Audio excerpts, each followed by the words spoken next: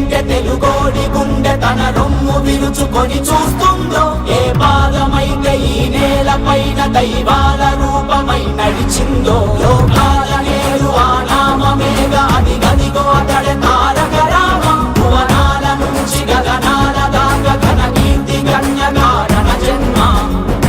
ఎంత పుణ్యం చేసుకుందో వెండి తెర నిన్ను కనగా, ఎంత కీర్తి పొందెనేమో పాత్రలేని కలతో.